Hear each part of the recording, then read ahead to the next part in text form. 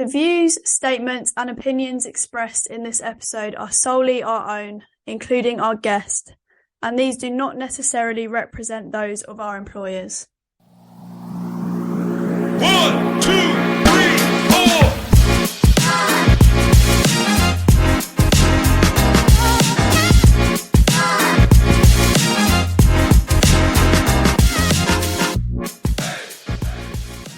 Hi, I'm Georgie. And I'm Vegetarian.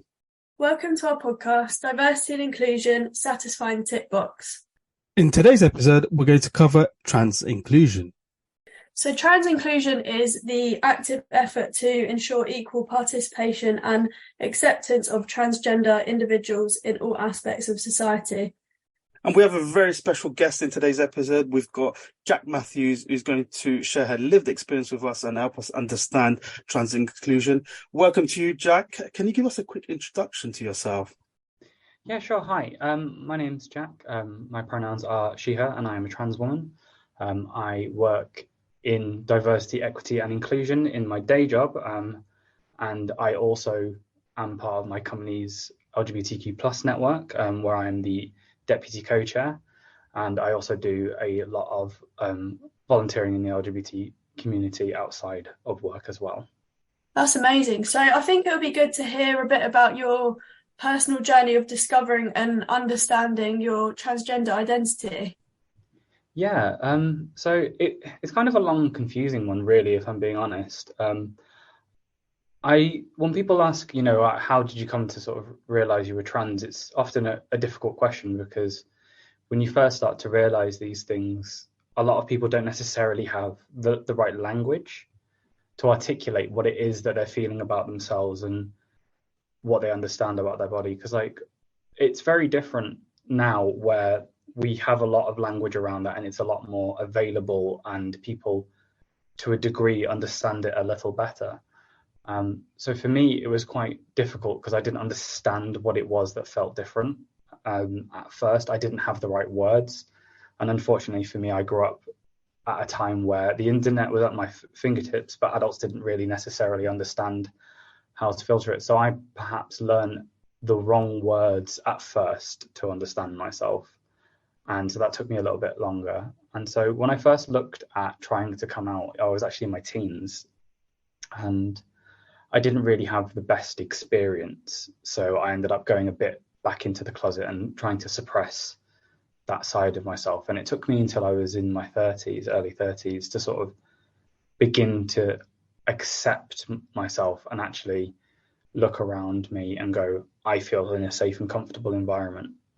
Yeah, 100%. I think the internet plays a massive role, doesn't it? So completely get that.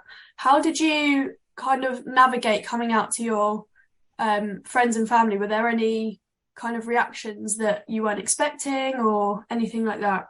Yeah, I wouldn't say that there were reactions that I wasn't expecting, but situations that I perhaps didn't handle the best. And that led to worse reactions because of that. I have a very distant relationship with a lot of my family. So with some of them, I did not handle it very well, in that I did not give them the respect of telling them directly myself. I decided, rather than carry on waiting for seeing them face to face and explaining things to them, I was like, I need to start living authentically as myself. And I am quite active on things like social media. And so what ended up happening is some people who are friends of my family ended up seeing posts on social media and then telling some of my family members, including like very close immediate family members, which perhaps in hindsight was not the best way to approach that. But it was just kind of, I had a distant relationship with them, so we didn't speak. And I was like, that probably wasn't the most appropriate way for that to end up happening. And, I got to have proper conversations with them in time, but it essentially forced my hand. And I don't necessarily fully accept the blame in that space. I know I made a stupid mistake there, but actually that person didn't know whether I was out to people or not, and made the choice of actively putting it in front of them. Because I did not have family on social media. This was someone disconnected to my family who I kind of forgot existed, really. And they deliberately spoke to my family about that. that, and I was like, that was deliberately being outed, so it wasn't a really great experience. But in terms of how I handled it when I was in more control of the situation, I started off with close friends, people that I trusted, people I knew understood, and then built out from there as I gained more confidence. Like for the longest time, while I was still working through unpicking my past trauma and understanding who I was, my partner was my rock. My partner was very safe and secure in their gender identity and understood the topic around it as someone who is non-binary, and came at things from a very mature and level-headed approach. And they gave me the space to really think through and unpick the stuff I was struggling with. And then as I built confidence with my safe people, I started telling people that I considered like my gamble people, people I was scared of losing from my life. So the family members that I was actually still close to, my boss at work, my wider colleagues at work, friends whose opinions I wasn't necessarily sure of. And I was like, oh God, what if they are a TERF? Or what if they are transphobic? How am I going to cope with that? And eventually I got to a point where I wasn't scared of those interactions anymore, because I had such a strong support network of people around me that I was like, you know what, if I lose one or two people from my life, what does that mean anymore? I know I have a group of amazing people around me that make me feel secure in being authentically who I am. Thank you so much, Jack, for sharing that. That's quite personal. And I wanted to know then, in terms of, misconceptions or stereotypes about transgender individuals, are there any that you would like to address or debunk? Yeah, the biggest one is often conflating gender identity with sexuality and sexual orientation. They're very much not the same thing. They can be linked, they're not, but they're not the same. A lot of people model those things together. People think, oh, you're changing your gender, therefore your sexuality is going to change. No, that's absolutely not necessarily the case. And also, the biggest thing that I think is more like toxic perception that is being portrayed in the media is around trans people trying to invade the opposite gender spaces. And a lot of that attention is largely tends to be focused in on trans feminine people, and saying that it's men trying to invade women's spaces. And especially when it comes to the debates around bathrooms and all that sort of thing. And I find it mind-boggling that people try and fixate in on that issue, because I'm like, how can you conflate the desire of someone to just literally go to the toilet in a safe environment with them being a threat? It's nonsense. I am very much a person that just wants to go and pee in peace and then leave. That's all that's going on there. And I think there's a lot of sensationalism around the topic that is largely fueled by ignorance and also fear of change. And I understand where it's coming from, but the sensationalism that has been whipped up around it is, frankly, it's got to the point where it's got ridiculous. It's so hyper inflated, and it's such a vocal minority group that are holding this opinion. But their voices are being amplified at this current time by the media, which is then leading to a ripple effect going outwards, in terms of actually that very small group is having the ability to influence a broad pool of people, because their views are being disproportionately shared.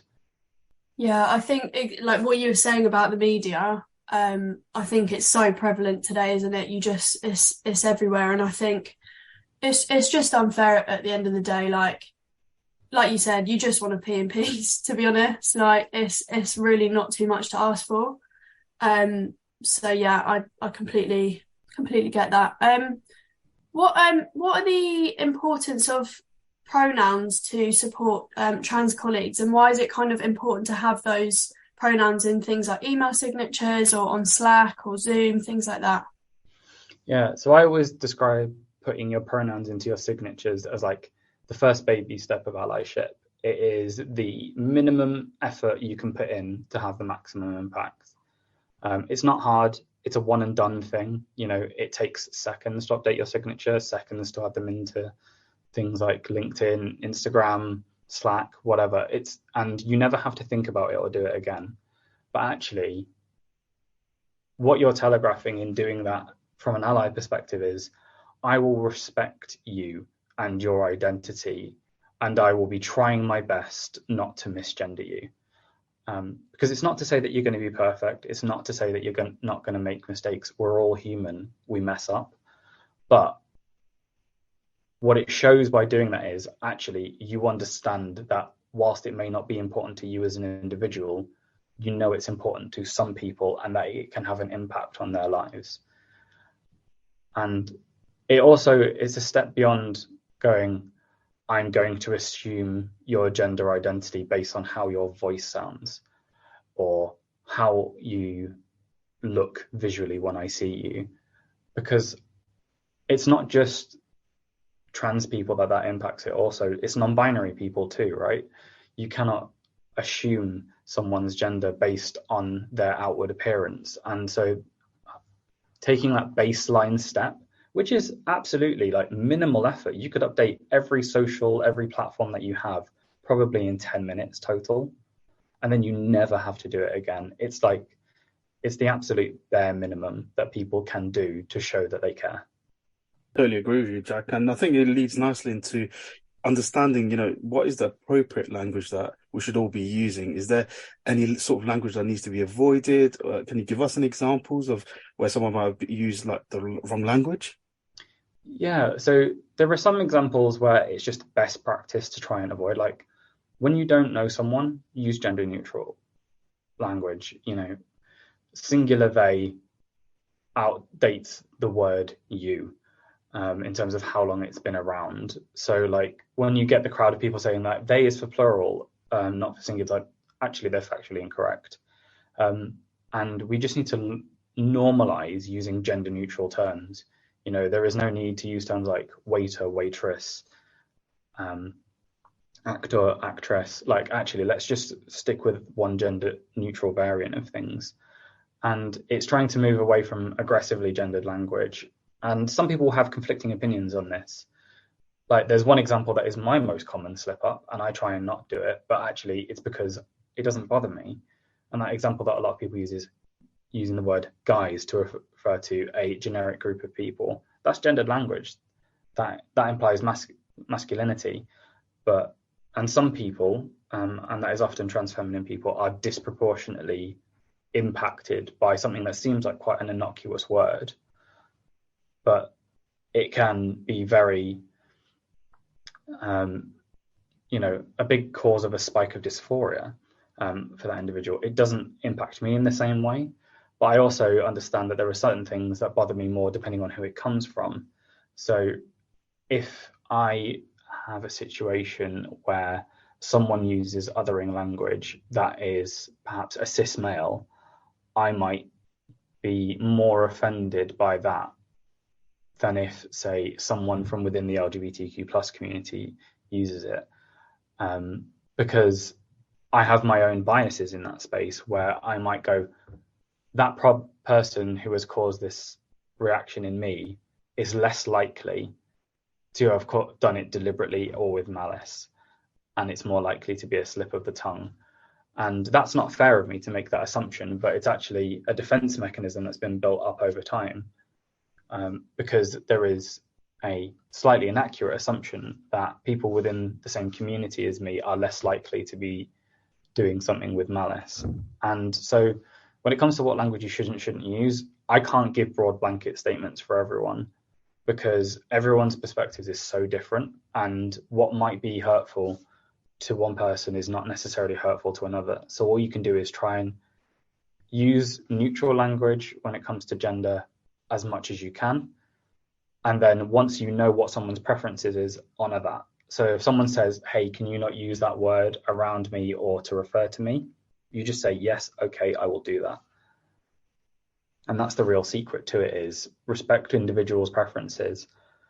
Some people will have very specific things that are quite triggering for them, and that's okay. And you just have to learn to adapt to that person. It's being person-centric that really matters.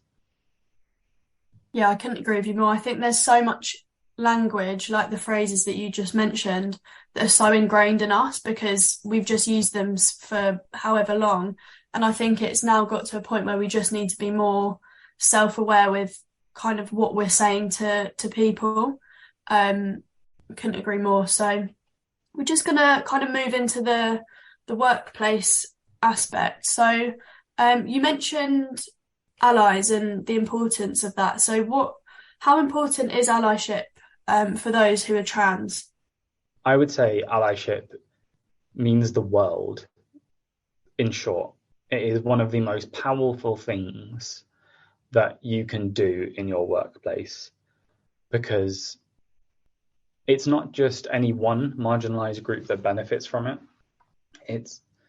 It's all of them. And when you start learning how to be a better ally and being able to get behind people that don't have the same lived experiences as you and understand where they are struggling, you can then be that person that steps in and causes change to happen that is positive for them.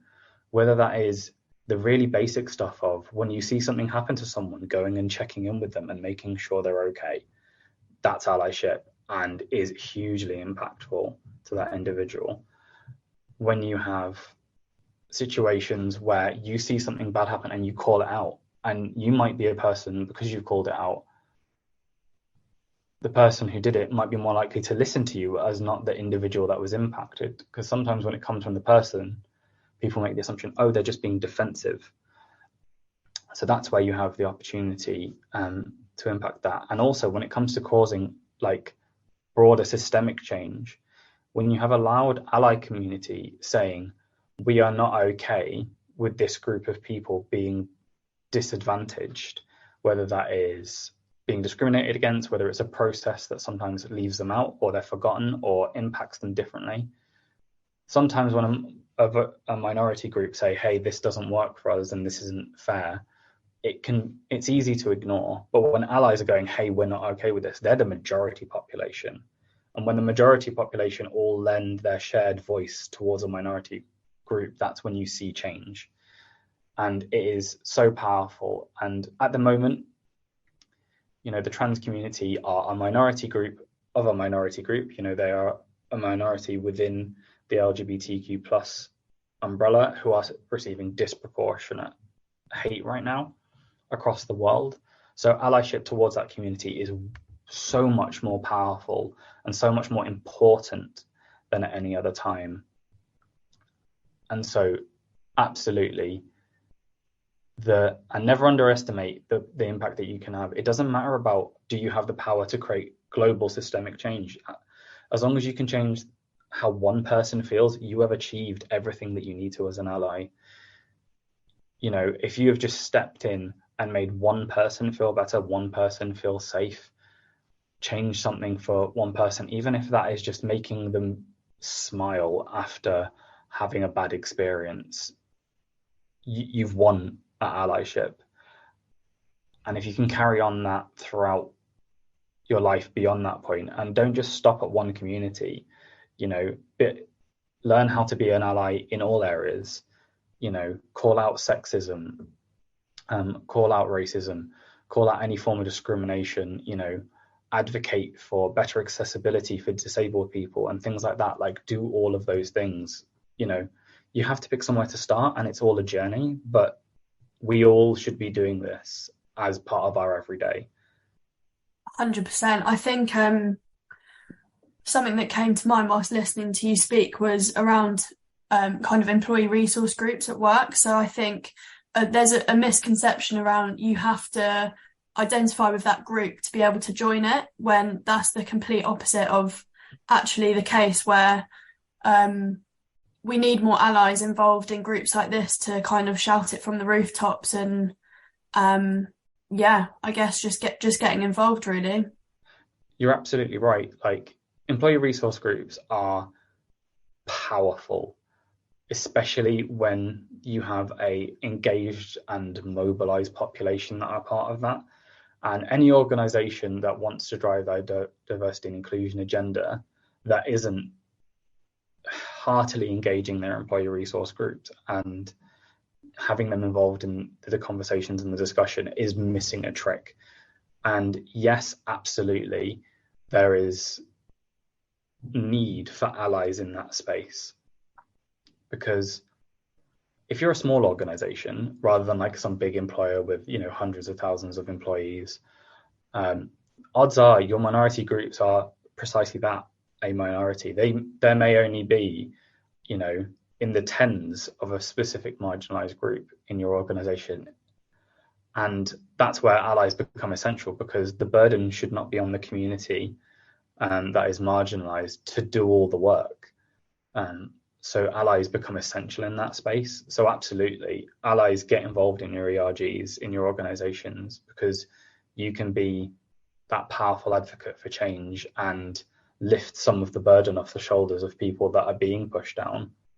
That is so true, Jack. And also in terms of ERGs, it's one way that employees find their belonging as well to an organization. What I wanted to ask you is how important is workplace inclusivity and acceptance for transgender employees? Is there any steps that employees can take to create an inclusive environment? It is incredibly important, and we wouldn't be having this conversation if it wasn't, because it suddenly becomes a thing that you just don't need to talk about if it's not relevant. And in terms of what steps you can take is look around you. Do you see that? Is there perhaps an ERG that you're not involved in? Or if there isn't one for that community, should there be one?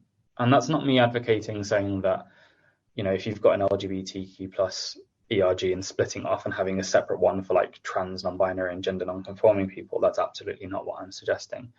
But it's like, if there's no ERG in that space at all, try and help get one set up. If you see lunch and learns being done in your organization around the subject, attend them, educate yourself outside of it. And if they're not being done by your organization, ask for them, and loudly and repeatedly, and don't go away until you've been listened to. If you have policies and guidance documents that don't accommodate the diversity of people's needs, again, bang the drum for that change. And if you're confident enough to and you understand the topic enough, take the approach of ask for forgiveness, not permission, and just start doing stuff. Because that's all it takes, is one person to start doing something to get the ball rolling. It's like that avalanche effect. It doesn't need a big action. It just needs a small action. And if you can get someone else to do a small action, that's 2 people. And then if that person and you go off again, you've got 4, and so on. That's how you build a movement and sustain a movement. It's just start doing stuff and try and persuade other people to start doing stuff with you. Totally agree with you there, Jack. And I do love this quote: be the change that you want to see in this world. So go out there. If you want to create change, go out there and do it. I want to ask you, in terms of managers, so leaders or HR, how could they support people who are transitioning? So that's a big one. Like, I think if someone who is transitioning in the workplace, rather than someone who is trans in the workplace, as a distinction there. So if someone who is coming out and going through that process for the first time in your organization, the manager plays a really, really strong role. And that is, you may have policies, you may have guidance document, but be intelligent and be a good manager and learn when to ignore that. Be person-centered, respect that not all journeys look the same. Some people dabble, some people will go big or go home. Sometimes progress will be at a snail's pace.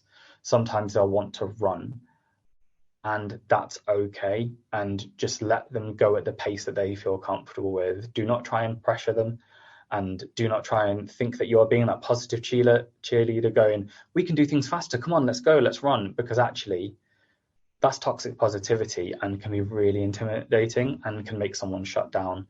Let them guide the process. You are there to support and facilitate it. And the same goes for HR as well. Like, let the person drive the process. You have things that are boxes that you may need to tick off, but let that person guide how and when and what pace they happen at. And all people that are involved in as stakeholders in those processes, is do your best to make it as easy and accessible as possible for people. If that's HR, make it easier for the manager and the individual. If you're the manager, make it easier for the individual. If you're another stakeholder in that process, be very clear and transparent with other people that are guiding that process of what they need to do, how and when, because it should not be on the transitioning person to have to do all that legwork to find out what needs to happen. That is a common thing that happens in most organizations. If you need to update all your IT systems, suddenly it's the individual that has to go off and try and find out all the different things to get rid of their dead name, if they have one. And that is emotionally exhausting. And if they don't know what all of those things could be, they might get the whiplash effect of 2 years down the line, they find a system that they didn't know about coming along and dead naming them. And that is really hurtful. So, everyone has a part to play in it. And it's all about making it as easy and smooth as possible. But for HR and managers, the biggest part is letting that individual do it at their pace in the easiest way possible.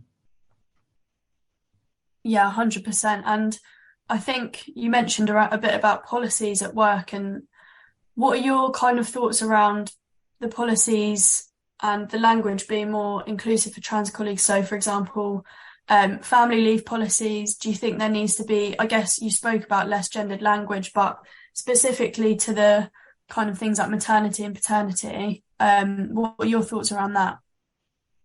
So this is an interesting and complicated one, because when it comes to maternity and paternity leave and parental leave, those are, in the UK at least, specific types of statutory leave. So those words, when referenced to the statutory leave, are important to still stay intact if you are talking about the statutory elements of stuff, to articulate what leave you are talking about, because it impacts things like pay, like statutory paternity, statutory maternity. Those are specific things.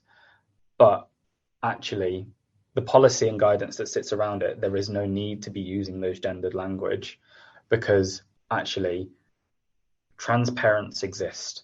They are a thing. So to try and pretend that they do not exist is a logical fallacy. Like non-binary parents exist. People that sit outside of that binary gender do have children, and so therefore they need to be included too. So I am a firm advocate of updating language that is used as much as possible, while still being clear when it comes to legal or statutory aspects, where sometimes, you might not be able to change that language in the same way. Sometimes you do have to be quite clear and go, no, this is all we have the space to talk about. Thank you, Jack, for sharing that insight. And we are nearing the end of the episode, and we always ask all our guests one key takeaway. So what would be your key takeaway for our listeners?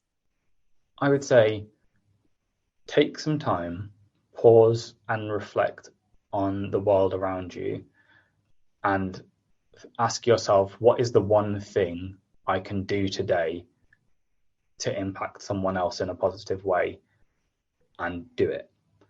And if you can start doing that once a day, every day, you're going to start seeing the world around you change faster than you might have otherwise thought. Thank you so much, Jack. And Jack, I'd like to just take a moment to say you're an inspiration, and thank you so much for coming on our podcast. It's been great having you to share your own experience with us and raising awareness about trans inclusion.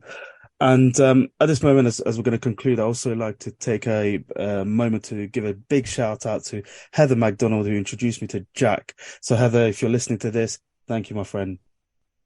I also wanted to say thank you for sharing your powerful story and insights. I think we all really need to do our best to support our transgender community. And everything you've said is just so important. And thank you to our listeners as well for joining us this week. So please make sure you're following our podcast on Spotify. And we've now got a YouTube, so feel free to follow that as well. Give it a rating and review on Spotify. Thank you. Keep your eyes peeled for our next guest, and episode will be dropping next month. Thank you again, and we'll see you next time on Diversity and Inclusion, Satisfying the Tick Box.